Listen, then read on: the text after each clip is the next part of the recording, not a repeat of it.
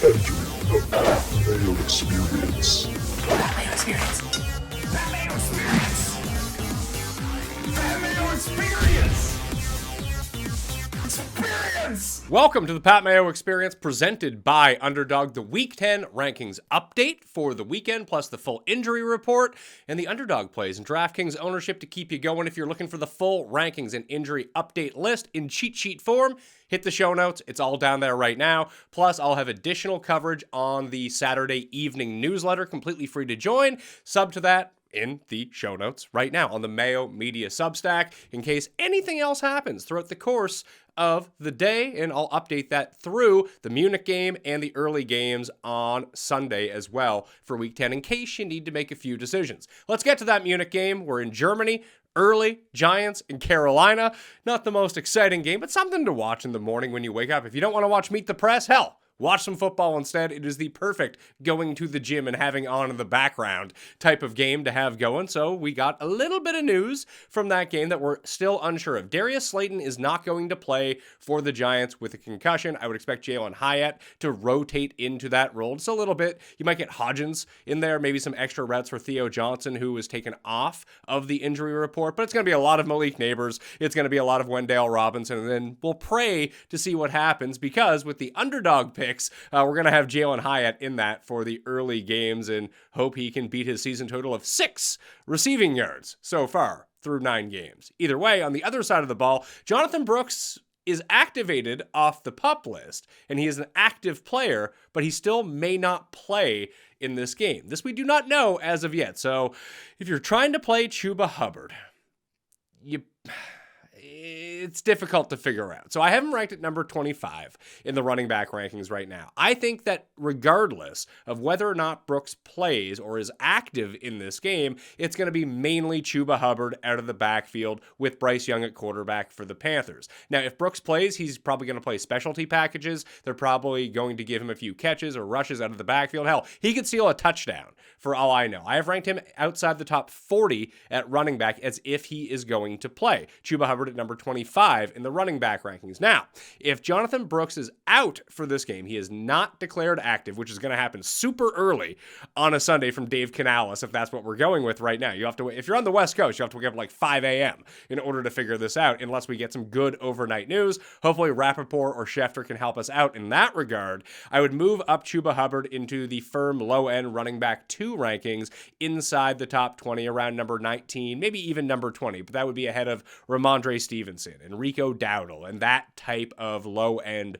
running back too, but that's where we're sitting right now with all the information that we have. In terms of underdog picks for the week, here's the thing. If you use code Mayo and you haven't played before, you can get a deposit bonus of up to $1,000. It's a lot. And you'll generate a free pick on your account for Sunday or Monday or whenever you want to use it. You can throw it on to the early game, the later game, or even later on in the week if you want to use it. And we just hit a boom, big winner on Thursday, which is always nice to see. Up money going into the week. So for the early Munich game, if you need a sweat, code Mayo at Underdog, and you got Tyrone Tracy higher than 75.5 rushing yards. Everyone just dominates Carolina on the ground. Why not Tracy, who's healthy and looks explosive out of the Giants' backfield? And then I'm going to Jalen Hyatt. I'm hoping he gets into this game just a little bit. Civ defense on the other side higher than 9.5 yards for Jalen Hyatt. Hopefully that's just one catch for 15 yards. We take our win and move on our way. And then on the other side of the ball, presumably in catch-up mode as almost a touchdown underdog to the Giants, Jalen Coker higher than 28.5 receiving yards. I toyed around with using David Moore or Xavier Legette or even Jatavion Sanders or Chuba Hubbard out of the backfield. Either way, I just like Coker. He's probably going to generate 4 to 6 targets in that game. At least that's where my projections have him right now. He comes down with 3 of them. He's going to have the higher than the 28.5 in this game. You put those 3 together, you win 6 times your money, and then you got even more of a bankroll after the 6-1 winner from Thursday night to really splurge on the underdog plays for the rest of Sunday, which are coming up in just a little bit. Running back injuries. Brian Robinson has been ruled out for the Washington Commanders against the Pittsburgh Steelers, so I've had to bump up McNichols and Austin Eckler for this game. Every time that Austin Eckler has been active without Brian Robinson playing, his higher than on receiving yards, although it's been pretty juiced up. I believe it's 29.5 right now, usually does come through, although that number is teetering on where it probably should be at this point. In the running back rankings this week in half-point PPR, I have him at running back number 23, the lowest of the low end number twos. Again, if Jonathan Brooks doesn't play, I would like Chuba Hubbard over him. At the moment, I have Eckler over Hubbard with Brooks right now expected to be active in that game. McNichols has been bumped up into the mid-30s. He is number 36 in the running back rankings right now. Otherwise, you have Jamal Williams on the Saints. He is going to be out again for this game. Additionally, on the receiving end, Chris Olave might end up on injured reserve, and Cedric Wilson isn't going to be playing. So it's going to be Tipton, and we already know Bub Means is out. It's just going to be a lot of Taysom Hill in this game. He's up to number 6 in the tight end rankings. Kamara inside the top 5 at running back because it's really just him. Maybe Mims will get mixed in a little bit like we saw a week ago, but it's going to be all Kamara all the time, probably with catches out of the backfield if they fall behind to the Falcons in this game as well. Gus Edwards is a game-time decision for the Chargers. He may or may not play. I really don't think this takes away from the bottom line of J.K. Dobbins at all. You start J.K. Dobbins with confidence, or as much confidence as you can have in J.K. Dobbins. The Tennessee Titans are not a sieve in the run defense department, but they're still over a touchdown favorite in this game. Expect a lot of running. Looking at the rankings right now, J.K. Dobbins remains number 15 at running back, and I do like his higher in rushing yards because with the Gus Edwards news, it was dramatically slashed, almost a 15-yard difference.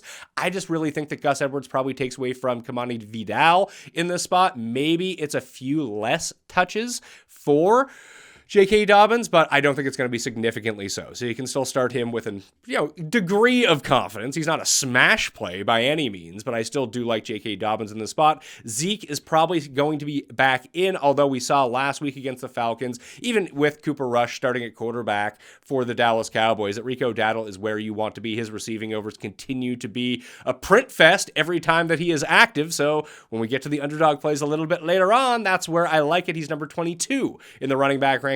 Don't play Zeke. Just don't do that to yourself. Christian McCaffrey is expected to be active, as is Jordan Mason. So with the Achilles and the shoulder, they're both going to be playing. Almost everyone on San Francisco, minus Brandon Ayuk, who is out for the season, is going to be active for the 49ers against a really bad San Francisco defense. Initially, I had him at running back 11. Depending on how the injury report shook out, it sounds like he is fine. He is up to running back number 5 this week. He should probably be number 1 because that's how good he's going to be. But if they do get up by a ton in this game, I could see him sitting down in the second half. There's always that out. He's still an absolute must play at running back this week, and even his underdog fantasy point total of 15.5 is a higher on that front. If you watched the DraftKings show that Tambo and I did on Friday, he is actually a very nice price. He's about $1,000 underpriced for a healthy Christian McCaffrey, and people are still a bit pensive to plug him in to lineups this week. I say absolute go. You're probably going to lose money anyway. You might as well at least lose money going down with the best player in fantasy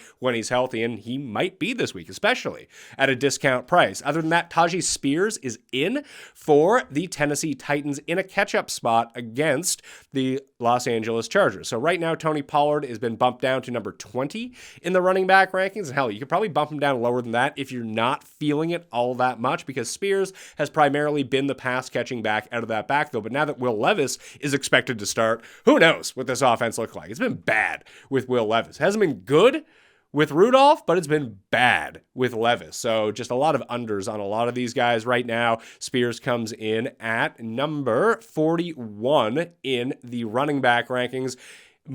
Definitely not a start unless you're playing in a situation where you have no running backs or bye-week running backs or a 16-team league. Just leave Tajee Spears to the side, and hopefully he doesn't end up with 8 catches in this game and make you look foolish and make me look foolish, but that's where I'm sitting right now at the running back spot in the Tennessee backfield.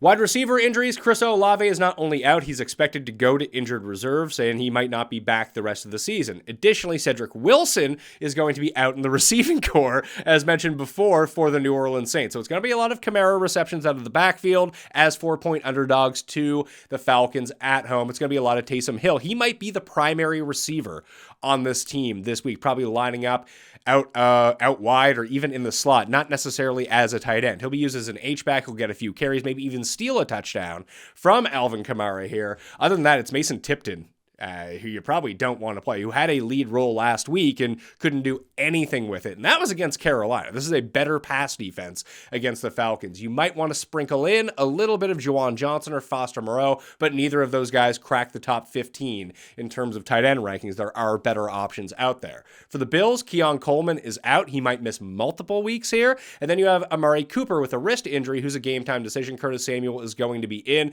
There's talk that Amari Cooper could play this game with a cast on his hand, so I wouldn't expect him to run the full complement of snaps anyway. If he even ends up playing, that would thrust in Mac Hollins into a larger role into this game, but he's a first touchdown, anytime touchdown type play. He shouldn't be sniffing any fantasy lineups this week. That just leaves Khalil Shakir inside the top 12 at receiver, but I don't know how much they're actually going to pass in this game. I could see it be a lot of running between Cook, Davis, and Allen, and then periodic shots down the field, and you still have to contend with Dalton Kincaid and Dawson Knox. There's a lot to go around in the Buffalo offense. It seems like it's going to be Shakir, and then we don't really know the rest. Amari's a capable play this week if you want to roll him out. He's wide receiver number 36 right now in the rankings, but he is a volatile wide receiver number 36. Other guys in his area that you could play over him, I have Quentin Johnston ahead of him. I have Jordan Addison ahead of him. Ricky Bullets, Cortland Sutton, and Demario Douglas are slightly behind him. So is Noah Brown. All those guys could be much better starts than Amari Cooper, but we know the talent for Cooper is there, and there's potential opportunity there with Coleman out. It's just we don't know how much he's going to play. So you're going to have to decide that for yourself. Hopefully, again, we get a Schefter bomb overnight, and they kind of tell us, hey, maybe he's not going to play. That would probably be the ideal situation here, just so we don't have any confusion in our lineups, because if he is active, you're probably going to want to play him with the dearth of talent and the overflow of injuries at receiver both this season and this week. I forgot to mention from the Munich game, Adam Thielen's not going to play. No one really cares about that, not that you were playing Adam Thielen anyway. Mike Evans is going to be out again with a hamstring injury for the Buccaneers. Jalen McMillan is a game-time decision for the Buccaneers. Probably don't think that he's going to go in this game. It's been limited practice. We'll see if they continue to rest him. Right now, Sterling Shepard, who was taken off of the injury report, is the highest-ranked Tampa Bay receiver that I have. He comes in at number 41 in the wide receiver rankings right now. Trey Palmer's at 47, and then Raheem Jarrett is down at, where do I have Jarrett at? Number 56 in the rankings. It's Cade Otton, Rashad White, or bust for the Tampa Bay Buccaneers for your fantasy lineups this week. Juju is going to be out with a hamstring injury for the Kansas City Chiefs. That just means more DeAndre Hopkins in your life. He is number 17 in the wide receiver rankings in a tougher matchup, albeit as big favorites against the Denver Broncos. Gabe Davis is questionable for this game, as is Brian Thomas. Brian Thomas most likely going to play. Gabe Davis, we don't know. Mac Jones is starting at quarterback, so that's not great for anyone, except for maybe Parker Washington, who ran a lot with Mac Jones in the number 2 offense throughout practice all season long. Parker Washington has obviously stepped in for Christian Kirk in the Jacksonville starting roster, so I can see a bit of a connection there. I have Parker Washington ahead of Gabe Davis in the rankings. Brian Thomas is inside the top 20. Parker Washington is number 45, and a pretty good play on DraftKings at 3,900 this week against a very good Minnesota defense, but a guy that could end up seeing a bulk of targets in this game, and you hope to get lucky at a cheap price. Michael Pittman is out for the Indianapolis Colts against the Buffalo Bills. It is going to be a lot of Josh Downs. He's inside the top 12 at receiver. That's where you want to be. Downs and Jonathan Taylor are probably the only 2 Colts that you want to play because we can't figure out the rest. Alec Pierce could come down with a 60-yard catch. A.D. Mitchell, you think, would be good without Michael Pittman, but we've been trying this A.D. Mitchell thing like every week when there's been a glimmer of opportunity, and he's done absolutely nothing all year long. If you want to play him and take the chance, we know the upside could theoretically be there. It just hasn't come through. I wouldn't put myself in that spot unless I was in absolute dire straits at wide receiver this week. He is outside the top 50 at wide receiver. There are better options you could even go and pick up this week than A.D. Mitchell. Maybe he ends up like 2 catches for 6 yards and a touchdown. Maybe it's 100 yards and no touchdown, or it's probably more than likely like 3 catches for 15 yards and nothing. You don't want that in your lineup. One of the biggest elements that we've seen, Tyreek Hill missed practice on Friday with a wrist injury. Now, they play on Monday Night Football, so the Saturday practice for the Dolphins and the Rams is going to be the most important. But you need to keep an eye on this. It's never good when guys go down throughout the course of the week with an injury and just pop up out of nowhere. Now, he had been dealing with this wrist injury over the past few weeks. He hasn't looked good in any of the past few weeks. Not that I'm going to sit down Tyreek Hill, but just keep an eye on that in case you are leaning on him. You might need a backup plan for Tyreek Hill should anything happen. Hopefully this information is disseminated and released before lock. I mean, if we missed the Munich game, like whatever, if you missed out on playing Jalen Coker, no big deal.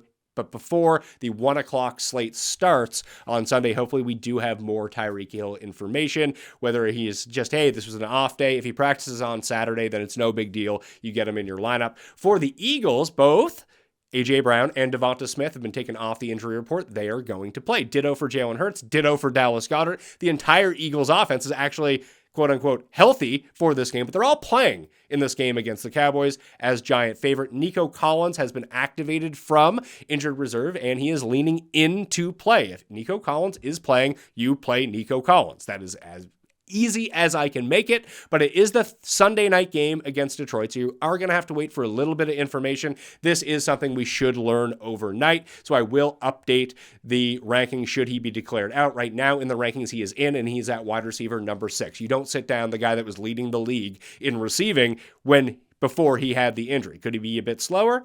Maybe. Do you really have 3 better options than Nico Collins? I mean, I hope you do. That would be amazing, but you probably don't. You play Nico Collins, all right? CeeDee Lamb is off the injury report. He's going to play with Cooper Rush starting at quarterback. I still worry that he re-aggravates his shoulder injury in this game, but hey, can't play that way. He has been moved up in the wide receiver rankings. He's now wide receiver number 12, so he is a start for your team. Drake London, I have as leaning in this game. He still could miss this with his hip pointer. That would vault up Darnell Mooney and Ray McLeod, but at the moment, Drake London is in the wide receiver rankings at number 14. Darnell Mooney at number 18. Both guys, terrific plays in this game. And Juwan Jennings for the 49ers is leaning in. He has been taken off their injury report, so he will fill in for the Brandon Ayuk role in the 49ers offense this week. At tight end, the 2 things to take note of, Dallas Goedert is in, as mentioned, with that hamstring injury after missing the last 2 games. He's number 12 in the tight end ranking, for the week for the Eagles. And then the Taysom Hill injury news, he gets bumped up to number 6 in the tight end rankings as he might be the wide receiver 1 on New Orleans, which you think would make him tight end 1, but it's still Derek Carr and New Orleans, and their offense is putrid. So let's scale that back a little bit. Tight end 6 seems good enough for Taysom Hill this week. Noah Fant is on bye week, just as a reminder, he missed 2 weeks ago with a groin injury. He should be back for week number 11 for the Seahawks, however. At quarterback, Trevor Lawrence is not expected to play, so Mac Jones will likely be stepping in. Just downgrade the Jacksonville receivers a little bit, but not a ton. It's not like Lawrence was lighting the world on fire here. They are still massive underdogs, 4.5 points now to the Minnesota Vikings, even at home. Will Levis is expected to start for the Tennessee Titans. Big downgrade for all the Titans because he has been absolutely useless.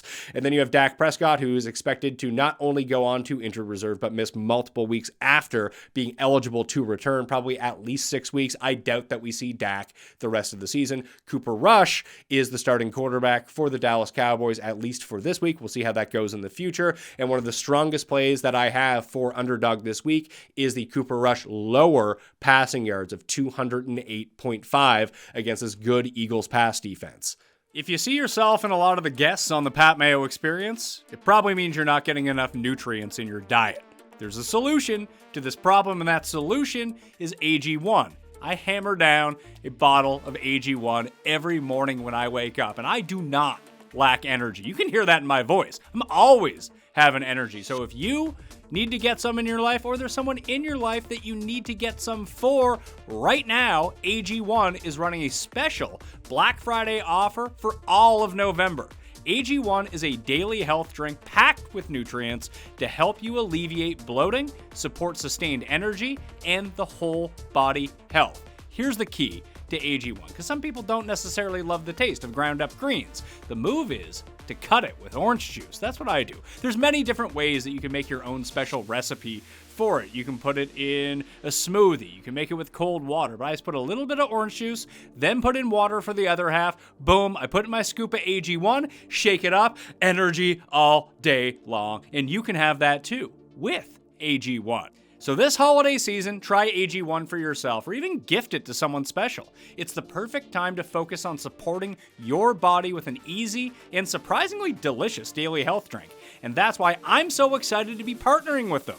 Every week of November, AG1 will be running a special Black Friday offer for a free gift with your subscription, in addition to a welcome kit with vitamin D3 and K2. So make sure to check out drinkag1.com/mayo to see what gift you can get this week. That's drinkag1.com/mayo to start your holiday season off on a healthier note. Well, supplies last. Underdog plays for week number 10 on the main slate for Sunday. And don't forget, we're coming off a big winner on Thursday night, and sometimes I do drop an extra play either in the newsletter, which you can sub to for free on Substack, or in the show notes, or on Twitter, which I did last week once extra news was released. The moment that Brian Robinson was declared out, I released a 4-banger for 10-1 on Twitter, and boom! It was an easy winner. 100 into $1,000, no problem. 10 into 100. And if you use code Mayo to go sign up right now at Underdog, and if you have not played before, you are a brand new player, you would get a free pick to boost that up to 20-1 if you like. So I'll start with an easy one. Maybe easy is relative here, but a smaller one, a 6-1 play on Underdog to kick things off. I have Rachaad White higher than 22.5 rushing yards against San Francisco. It's a bad matchup, and we always just think Bucky Irving is going to carry the ball for the Tampa Bay backfield if they end up running it, but we've just seen so much Rachaad White over the past 2 weeks, and he smashed this number against probably a better run defense in Kansas City on Monday night a week ago. It's just a very low total, and that's where I wanted to go. Additionally, Ray Davis, this one's the one that's going to cost me my week if it does not come through.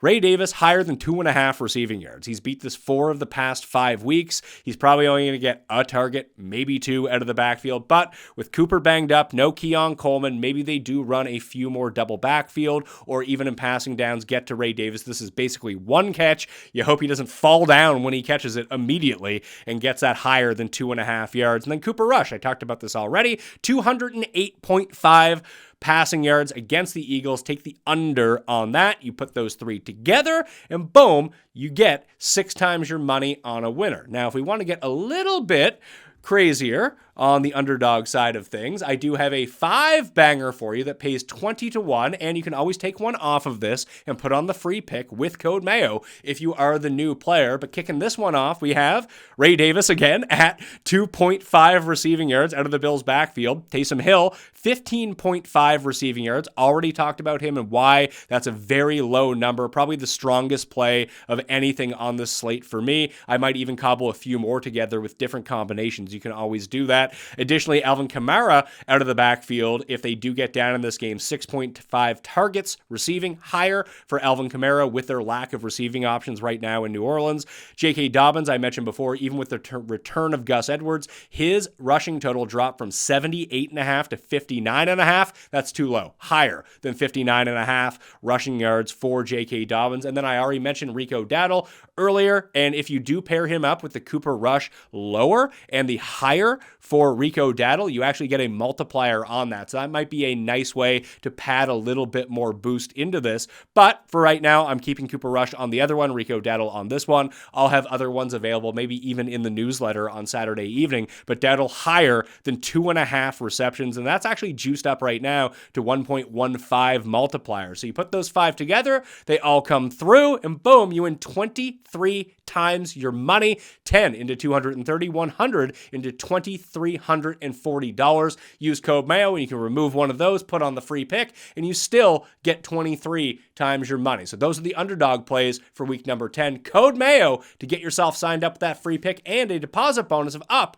to $1,000. Finally, DraftKings week number 10. If you missed the show that I did with Tambo on Friday, I would recommend that you go check that out if you're looking for different DraftKings plays. We switched up the format this week. We actually went game by game and built out shells for each of the games that we had interest in, then went back at the end and filled them all in after discussing through the best cheap plays, mid-range plays, and expensive plays and the different correlations you can have. I actually thought it worked out a lot better, and I feel like our lineups were stronger this week, and you can see those on the screen. Additionally, in the Sunday or Saturday evening newsletter, I'll have the cheat sheet that Justin Freeman releases from runthesims.com with all the optimal plays, the ownership plays, and the best leverage plays of the week. But here's what I'm seeing ownership-wise, position by position right now at DraftKings using runthesims.com. Code Mayo can always get you 10% off over there with all of the DFS tools and the prop sniper tools and the underdog tools in case you ever wanted to go do that. But Alvin Kamara, Aaron Jones, and Bijan Robinson project to be the 3 highest owned running backs, and it's only a 10-game main slate, so there's not a lot of options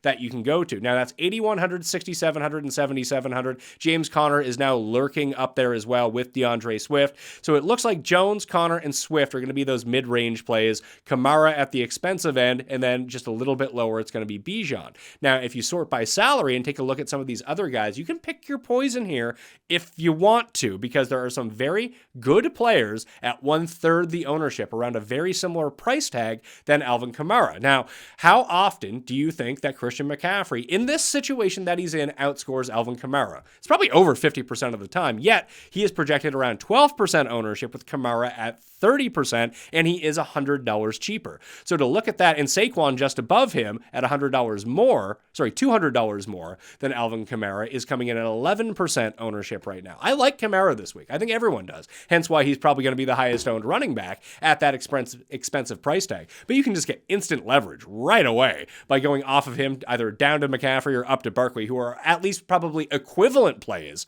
and just hope that Kamara doesn't score his 45 points. He scores like 20, and these other guys go off, and you're already lapping 30% of the field at the main position. Now, the guy that I like the most is probably Jonathan Taylor at 7,500. He does present a discount in both savings in salary and ownership, around 15% owned.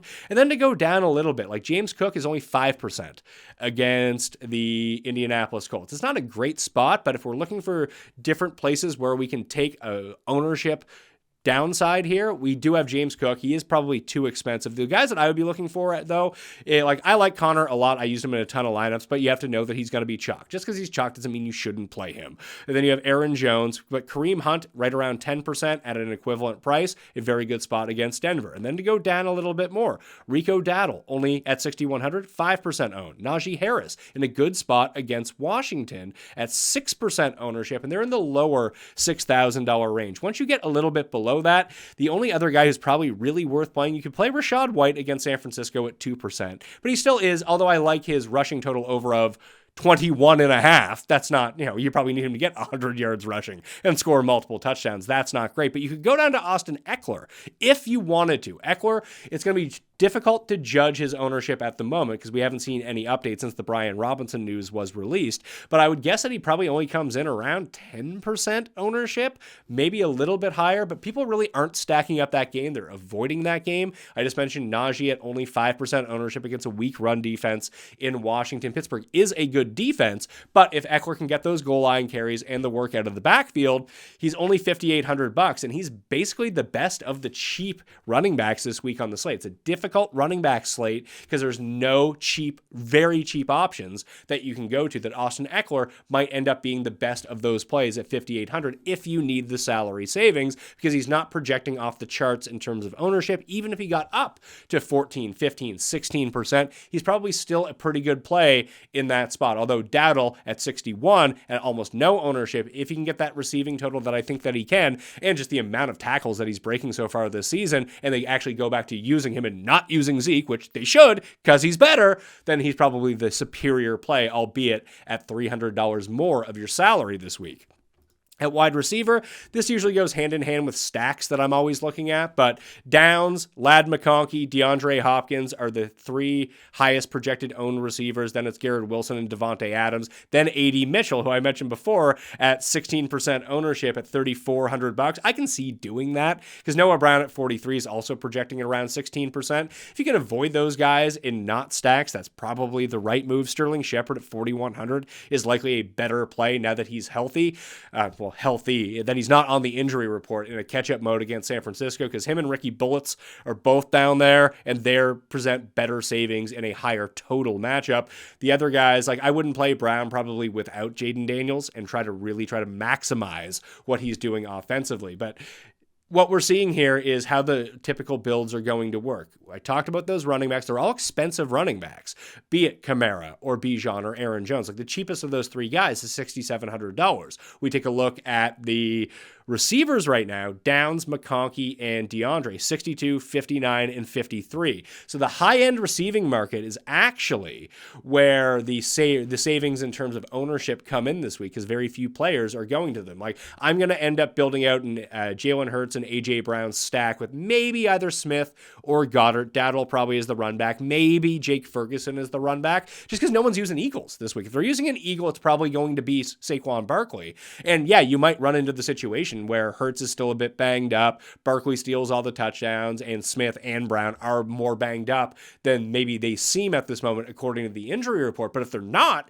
and they're fully healthy, like this is one of the best matchups of the week and no one is using them. Like that's where you take the gamble on these guys in your lineup. That's where I would want to go right now. But Downs, McConkey, Hopkins really seeming like they're going to be the one-offs people use from a lot of these teams. So unless you stack them up, they're probably a good avoid this week unless you have a very particular feeling about them. At tight end, Travis Kelce, Cade Otton, Taysom Hill is going to get a lot of steam now, especially with Cedric Wilson being out, but he's only $4,000. Unless you're going to pay up for Otton or use the tight end as a part of a stack, like Ertz at 38, pretty good play, but I really think that he's only a good play if you shuttle in Jaden Daniels to go along with him. Now, that stack could actually be pretty cheap. Daniels, Ertz, and Noah Brown. Tambo and I actually built out that stack on the Friday show, so you can see the different pieces that you can put into your lineup to go around it. You could use Najee or Pickens coming back as well, because Marshawn Lattimore is not going to play, is out for the Washington Commanders. He is still injured, or he's still getting himself acclimated to being on his new team, so no worries about Pickens being shut down by St-Juste in this game. I don't worry about that, so it could be a big Pickens game right here. And optimal-wise, George Kittle actually rates out as the best optimal tight end of the week. Right now, we have Will Disley at $3,100 at a very high ownership percentage, but with Hayden Hurst playing and he expected to be in, I would just scale back on him a little bit. People will throw Disley into Herbert stacks. You'll see Herbert, McConkey, and Disley.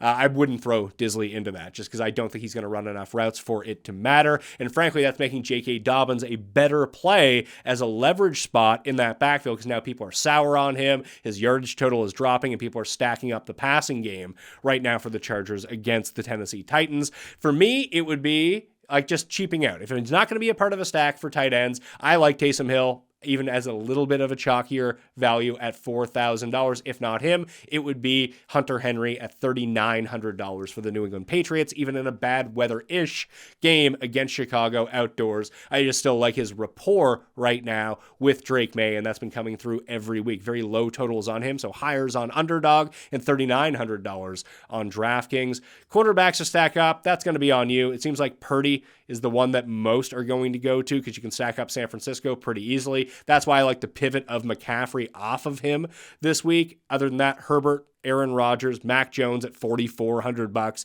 and Sam Darnold. But Tambo and I built out 6 different quarterbacks with stack shells on Thursday to see how much money you can have left if you stack up different pieces of some of these quarterbacks to see how that works out. We actually kind of decided that the Baker side versus the Purdy side is probably the leverage spot that you want in that high total game, because it's very difficult to pinpoint out where you want the San Francisco guys. Like if you stack up Purdy, who do you stack him up with? Is it Kittle and Debo? Well, A, that's super expensive. And do you really have a lot of faith that it's not going to be Juwan Juwan Jennings or Ricky Purcell, or Jordan Mason gets a cheap touchdown, or Juszczyk, or it's all McCaffrey all day. Like, these are the things we don't know. You can get San Francisco so wrong so easily that maybe on the Baker side it becomes a little bit easier because you can just go Baker and Otton and then try to bring it back with McCaffrey and Juwan Jennings, and that way it actually works salary-wise if that's the route that you want to go.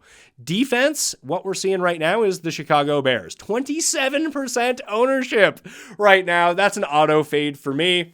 You can use them if you want, because if they hit, you're probably going to need them to go through, especially in cash games and GPPs. It's just an avoid. It is a great play, don't get me wrong. But if a quarter of the field is using a defense, I'll just take a hard pass on that. The second highest owned defense projected right now is actually the Patriots on the other side of the ball at $500 less. They make a lot of things work this week. The Broncos at $2,400, who I actually do like better than the Patriots, even going against the Chiefs, are $100 less.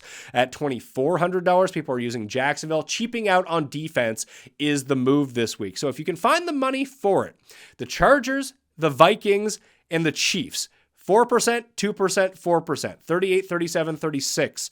$100. Those are all really fantastic plays. And the Vikings, especially going against Mac Jones, if you can find the $3,700 for them, is just such a nice spot. And same with the Chargers going against Will Levis. Like, that's an awesome spot. If you can play, if you can save the money with Dobbins off of a Kamara, I mean, that's not a great example because Kamara is so much better than Dobbins. But if you could somehow link up Dobbins, Aaron Jones and the Vikings actually makes the most sense. Instead of using Bijan in a crappy defense, you could switch that to Aaron Jones and the Vikings D as a bit of a correlation. Vikings D turns it over. Aaron Jones scores cheap touchdowns. It negates all the Sam Darnold stacks, and you've leveraged off of everything. But I would find a way to get up to one of those teams. The Commanders at $3,100 are a pretty decent play as well. Other than that, you're just really rolling the dice, and so you get like the Titans, the Saints, the Jets, the Cardinals, all in that $2,700 to $3,000 range. You can't really pinpoint if any of those teams are going to be good. Maybe the Steelers at $3,000, but even that I don't love. That at that point, I would cheap out and go with Denver or Jacksonville or the Patriots just to save the money and upgrade at a different position. So that's how I'm rolling and what the information is for the weekend in week number 10. If you want the more updated information that gets updated by the second with all the rankings, the injuries, all the plays, just sub to the Mayo Media newsletter. That's available in the show notes right now, and you can just click on the link to find all of the rankings at this moment too. All right, I'm Pat Mayo. Good luck in week 10. I'll see you next time. Mayo experience! Experience!